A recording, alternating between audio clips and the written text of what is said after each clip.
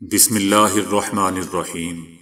السلام علیکم دوستو، دنیا بھر کی خبروں میں آج آپ سنیں گے، لیکن اس سے پہلے اگر ہو سکے تو لائک اور سبسکرائب کا بٹن ضرور دبا لیں، شکریہ۔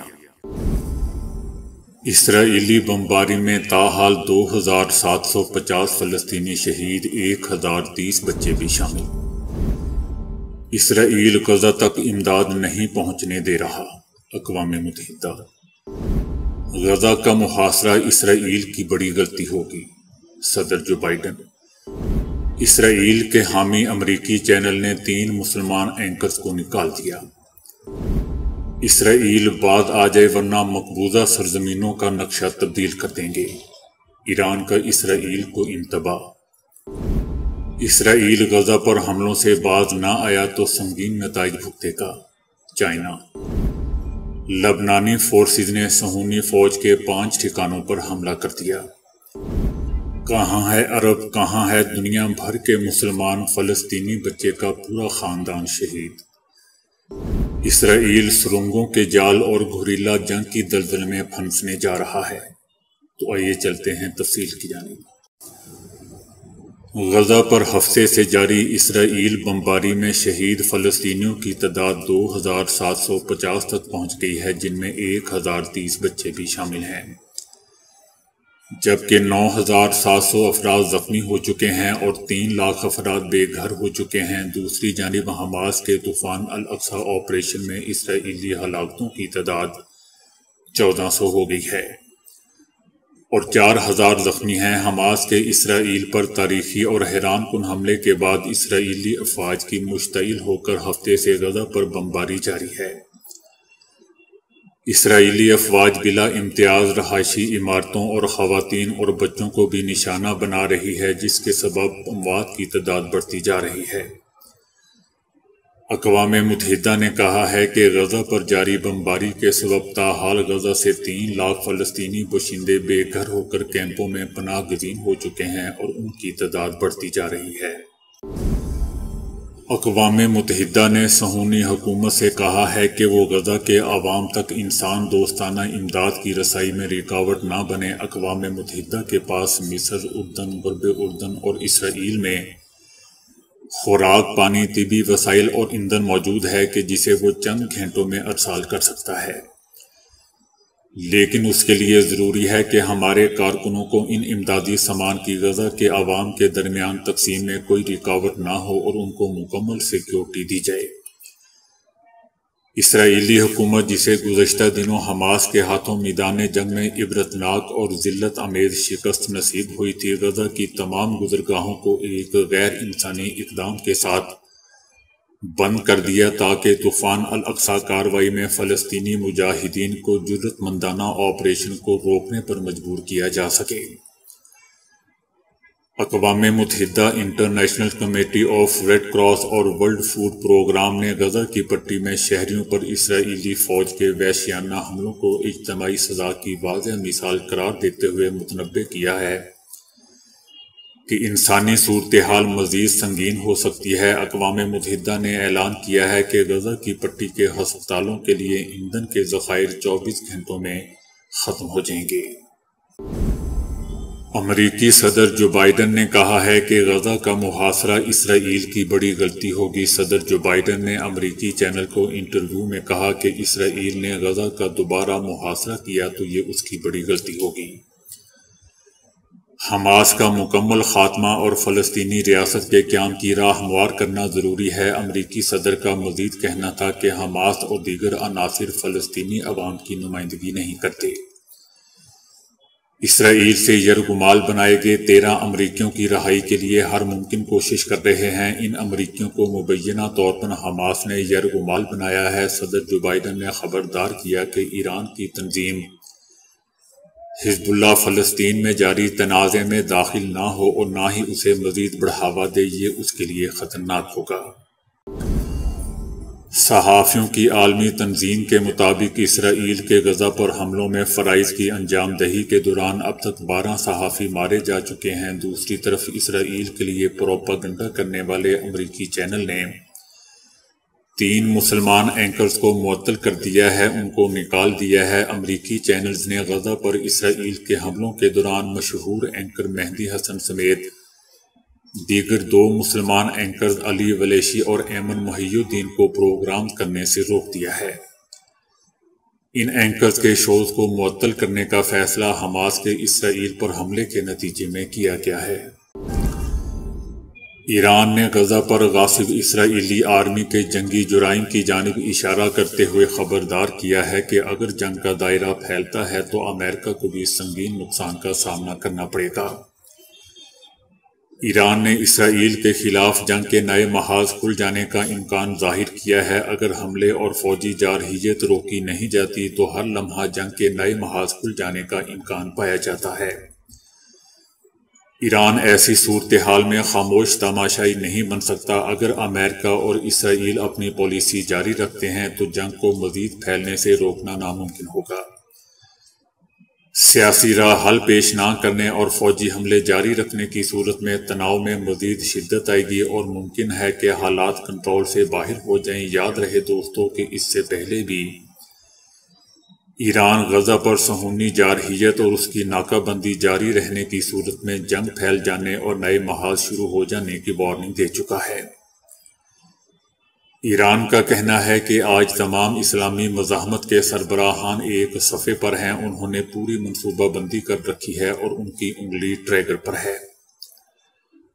اگر عالمی برادری اور اقوام متحدہ اور اسرائیل کو جارحیت میں مدد فراہم کرنے والے اتحادی دیر کرتے ہیں تو اسلامی مزاحمت میدان میں کود پڑے گی۔ ہم نے اسلامی مزاحمت کے سربراہان سے بات چیت کے دوران اندازہ لگایا ہے کہ ان کا رد عمل انتہائی شدید ہوگا اور ان کے نتیجے میں مقبوضہ سرزمینوں کا نقشہ ہی تبدیل ہو جائے گا۔ چائنا نے کہا ہے کہ اسرائیل اپنے دفاع کے دائرہ کار سے باہر ہو کر غزہ کے شہریوں کو اجتماعی سزا دے رہا ہے۔ چائنا نے کہا ہے کہ غزہ میں اسرائیلی فوج کی بڑھتی ہوئی کارروائیاں اپنے دفاع کے حق کے دائرہ کار سے باہر ہو چکی ہیں اور اقوام متحدہ کو اس کو سنجیدگی سے لینا چاہیے۔ اسرائیل اب حماس کے حملے کے جواب میں غزہ کے لوگوں کو اجتماعی سزا دینا بند کرے۔ فریقین صورتحال کو مزید خراب ہونے سے بچانے کے لیے جلد از جلد مذاکرات کی میز پر آئیں۔ اسرائیل غزہ پر حملوں سے باز نہ آیا تو سنگین نتائج بھگتے گا۔ چائنا اور سعودی عرب کے درمیان دوستو یہ رابطہ اس وقت ہوا جب اسرائیل غزہ میں زمینی کارروائی کر رہا تھا۔ سعودیہ نے بھی کہا ہے کہ غزہ کی ناکہ بندی ختم اور فوجی کارروائیاں بند کی جائیں۔ امریکہ نے چائنا سے گزشتہ روز اسرائیل اور حماس تنازعہ ختم کرانے کے لیے کردار نبھانے کا مطالبہ کیا تھا۔ مغرب کی طرف سے چائنا نے دیگری عالمی ممالک کے برخلاف اب تک اپنے سرکاری بیانات میں حماس کا نام نہیں لیا اور نہ تشدد کا ذمہ دار ٹھہرایا ہے، جس پر چائنا پر تنقید بھی کی جا رہی ہے۔ لبنانی فورسز نے حنیطہ میں صہیونی ہیڈ کوارٹر کو نشانہ بناتے ہوئے اسرائیلی فوجیوں کی ہلاکت کی خبر دی ہے۔ لبنان کی مقامی تحریک نے مقبوضہ شمالی فلسطین میں صہیونی فوج کے 5 ٹھکانوں کو نشانہ بنانے کی خبر دی ہے۔ اس حوالے سے لبنانی چینل المنار نے بتایا کہ فورسز نے اسرائیلی فوج کے کیمپس کو نشانہ بنایا ہے۔ فورسز نے سنگین اور جدید اسلحے سے یہ کارروائی انجام دی ہے۔ اسرائیلی فوجیوں کی ہلاکت کی خبر بھی دی گئی ہے۔ فورسز نے کہا ہے کہ یہ کارروائیاں صحافیوں کو مارنے اور شہریوں پر حملوں کا جواب ہے۔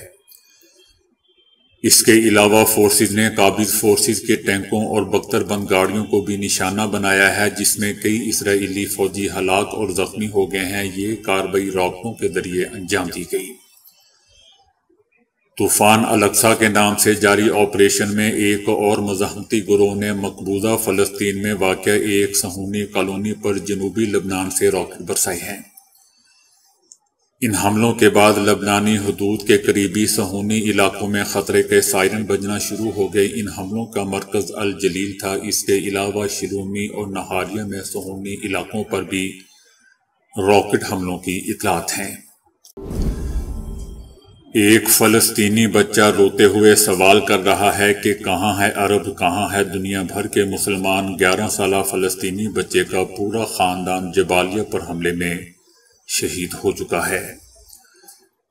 اسرائیلی فوج کی بمباری میں پورے خاندان سے محروم ہونے والے فلسطینی بچے کی دہائی دینے کی ویڈیو وائرل ہوگی۔ اس ویڈیو میں فلسطینی بچہ روتے ہوئے سوال کر رہا ہے کہ کہاں ہے عرب، کہاں ہے دنیا بھر کے مسلمان۔ اسرائیل نے غزہ پر دوستوں فضائی اور بحری حملے کے بعد زمینی حملے کی تیاری بھی شروع کر دی ہے۔ اسرائیلی وزیر اعظم نے جنگ کے اگلے مرحلے کی دھمکی دے دی ہے۔ 10,000 اسرائیلی فوجیوں کے غزہ پر زمینی حملے اور قبضے کا منصوبہ بنایا گیا ہے۔ محدود مدت کے لیے غزہ کو کنٹرول کیا جائے گا۔ دوسری جانب اسرائیلی فضائیہ نے غزہ کے عرب نیشنل ہاسپٹل میں حملہ کیا ہے۔ حملے میں کئی ڈاکٹروں کے شہید ہونے کی اطلاعات ہیں۔ اسرائیلی حملوں میں شہید فلسطینیوں کی باڈیز رکھنے کے لیے بھی دوستوں ہسپتالوں میں جگہ کم پڑنے لگی ہے۔ شہداء کی میتوں کو آئس کریم ٹرکس اور ریفریجریٹڈ گاڑیوں میں رکھا جانے لگا ہے۔ اس وقت اسرائیل اسلامی مزاحمت کے مقابلے میں ایسے دوراہے پر کھڑا ہے جس کا ہر راستہ شکست پر ختم ہوتا ہے اگر وہ غزہ میں زمینی کارروائی کا ارادہ کرتا ہے۔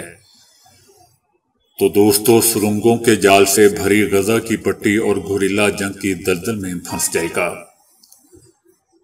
ایسی صورت میں اسے ایسا نقصان برداشت کرنا پڑے گا جس کے مقابلے میں حالیہ نقصان نہ ہونے کے برابر ہے۔ دوسری طرف اگر وہ صرف غزہ پر فضائی بمباری تک ہی محدود رہتا ہے اور کوئی زمینی کارروائی انجام نہیں دیتا تو اسلامی مزاحمت کی طاقت جوں کی توں باقی رہے گی اور اسرائیل بھی خطے کی طاقت ہونے کا دعوے دار نہیں رہ سکے گا۔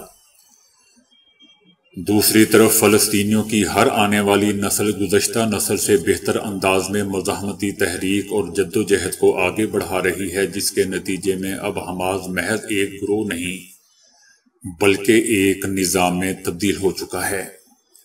غزہ کی پٹی 364 کلومیٹر مربع رقبے پر مشتمل ہے، جبکہ وہاں 22 لاکھ کے لگ بھگ فلسطینی شہری آباد ہیں، جس کی بنا پر یہ دنیا کا گنجان آباد ترین حصہ تصور کیا جاتا ہے۔ انہی خصوصیات نے غزہ کی پٹی کو مغربی کنارے اور دیگر فلسطینی علاقوں کے مقابلے میں اسلامی مزاحمت کا مرکز اور اس مزاحمتی آتش فشاں کا مرکز بنا ڈالا ہے۔ تاریخ میں سامنے آنے والے اسلامی مزاحمت کے اہم اور بنیادی لیڈران بھی اسی علاقے سے سامنے آئے ہیں، جو دراصل ایک بڑا فلسطینی مہاجر کیمپ ہے۔ اسرائیل نے 2007 سے پوری غزہ کی پٹی کی مکمل ناکہ بندی کر رکھی ہے۔ اس ناکہ بندی کا مقصد اسرائیل اور اس کی حامی مغربی طاقتوں کی جانب سے اسلامی مزاحمت کو شدید دباؤ کا شکار کر کے اپنے ساتھ ساز بات پر یقین رکھنے والے فلسطینی دھڑوں کے لیے میدان عمل فراہم کرنا تھا۔ غزہ کی ناکہ بندی دنیا کی طویل ترین اور شدید ترین دوستوں ناکہ بندی ہے۔ حقیقت یہ ہے کہ ماضی میں عرب ممالک کے خلاف اسرائیل کو حاصل ہونے والی فوجی کامیابیوں کی بڑی وجہ اسرائیل کا طاقتور ہونا نہیں بلکہ عرب افواج کا شدید کمزور ہو جانا ہے، اور عرب حکمرانوں اور سیاسی رہنماؤں کی غداری رہی ہے۔ 7 اکتوبر کو شروع ہونے والے طوفان الاقصی آپریشن کی کامیابی سے ظاہر ہوتا ہے کہ اسرائیل فوج نہ صرف ناقابل شکست نہیں بلکہ منظم انداز میں مزاحمت اور محدود پیمانے پر اسلامی اور عرب ممالک کی حمایت سے اسرائیل کو شکست دے کر غیر مشروط طور پر پسپائی اختیار کرنے پر مجبور کیا جا سکتا ہے۔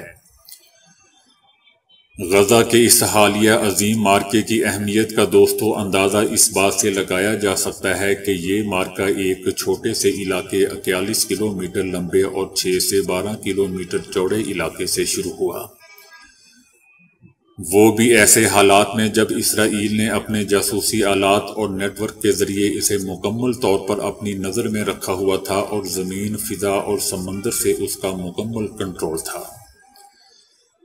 ایسی صورتحال میں طوفان الاقصی جیسے پیچیدہ فوجی آپریشن کی تیاری اور منصوبہ بندی کی گئی، جبکہ صہیونی آرمی کو اس کی خبر تک نہ ہو سکی۔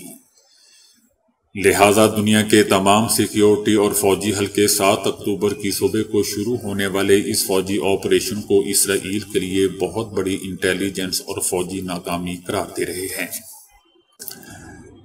ماضی میں اسلامی مزاحمت کی تمام کارروائیاں دفاعی نوعیت کی تھیں، اور اس مارکے میں پہلی بار فلسطین کی اسلامی مزاحمت حماس نے اٹیکنگ انداز اپنایا ہے۔ اس وقت اسرائیل اسلامی مزاحمت کے مقابلے میں دوستو ایسے دوراہے پر کھڑا ہے جس کا ہر راستہ شکست پر ختم ہوتا ہے۔ اگر وہ غزہ میں زمینی کارروائی کا ارادہ کرتا ہے تو سرنگوں کے جال سے بھری غزہ کی پٹی اور گوریلا جنگ کی دلدل میں پھنس جائے گا۔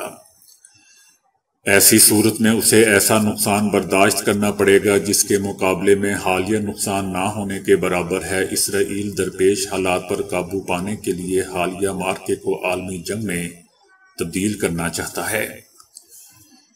اس مقصد کے لیے طوفان الاقصی کو اسرائیل اور خطے کا 9/11 قرار دیا جا رہا ہے، لیکن چائنا سے مقابلہ بازی اور یوکرین جنگ کی روشنی میں امریکہ اور نیٹو کا اس مارکے میں شامل ہونے کا امکان نہ ہونے کے برابر ہے۔ اس لیے اب اسرائیل کی قومی سلامتی نامی چیز محض ایک وہم و خیال ہے۔ طوفان الاقصی نے اسرائیلی حکمرانوں کو زمینی حقائق سے آگاہ کر دیا ہے۔ اب اسرائیل کا دوستو نظریں نیچی رکھنے کا ٹائم آ گیا ہے۔ ہوا میں نمی کی مقدار کم ہونے اور گرد آلود ہوائیں چلنے سے ناک سے خون بہنے اور ہونٹ پھٹنے کے معاملے پر ماہرین موسمیات اور ماہرین صحت کی رائے سامنے آ گئی ہے۔ چائلڈ اسپیشلسٹ ڈاکٹر ابراہیم نے کہا ہے کہ خشک گرم ہوا چلنے سے ناک کی اندرونی سطح اور ہونٹ خشک ہو جاتے ہیں۔ ناک خشک ہونے سے خون نکل آتا ہے اور ہونٹ بھی پھٹ جاتے ہیں، لیکن اس کا ہرگز یہ مطلب نہیں کہ ہوا زہریلی ہو چکی ہے، بلکہ اس کی وجہ صرف ہوا میں نمی نہ ہونا اور گرمی ہے۔ ڈاکٹر ابراہیم نے مشورہ دیا ہے کہ اس صورتحال سے بچنے کے لیے پانی کا زیادہ سے زیادہ استعمال کریں۔ کوئی بھی شخص کسی لڑکی کو شادی کی ایک ہی بار پیشکش کرتا ہے اور لڑکی کی ہاں یا نہ مستقبل کا فیصلہ کر دیتی ہے، لیکن امریکہ میں ایک آدمی نے تو شادی کی پیشکش کو اپنی بیوی کی چھیڑ ہی بنا رکھا ہے۔ اس لڑکی کا نام کیلی کیرب ہے، جس کا شوہر ہر عوامی جگہ پر اس کے سامنے ایک گھٹنے پر کھڑا ہو جاتا ہے اور اسے پرپوز کر دیتا ہے۔ ٹک ٹاک پر ایک ویڈیو میں اس کے شوہر کو ڈزنی لینڈ ریزارٹ سمیت دیگر کئی عوامی مقامات پر کیلی کو پرپوز کرتے دیکھا جا سکتا ہے۔ ہر بار کیلی اسے پیچھے دھکیل دیتی ہے اور لوگوں کو دیکھتے ہوئے وہاں سے نکل جاتی ہے۔ اس کی بیوی کیلی کا کہنا ہے کہ میرے شوہر کو معلوم ہے کہ مجھے عوامی جگہ پر پرپوز کرنا بہت برا لگتا ہے، چنانچہ وہ مجھے چڑھانے کے لیے ایسا کرتا ہے، اور اسے معلوم ہے کہ اب میں اس کی بیوی بن چکی ہوں اور اسے نہ نہیں کر سکتی، لہذا وہ اس کا فائدہ اٹھاتا ہے اور مجھے ہر جگہ تنگ کرتا ہے۔ کیلی کی یہ ویڈیو دوستو تیزی سے وائرل ہو رہی ہے، جسے اب تک 30 لاکھ سے زائد لوگ دیکھ چکے ہیں، اور کمنٹس میں اکثر لوگ اس کے شوہر کو تنقید کا بھی نشانہ بناتے ہیں۔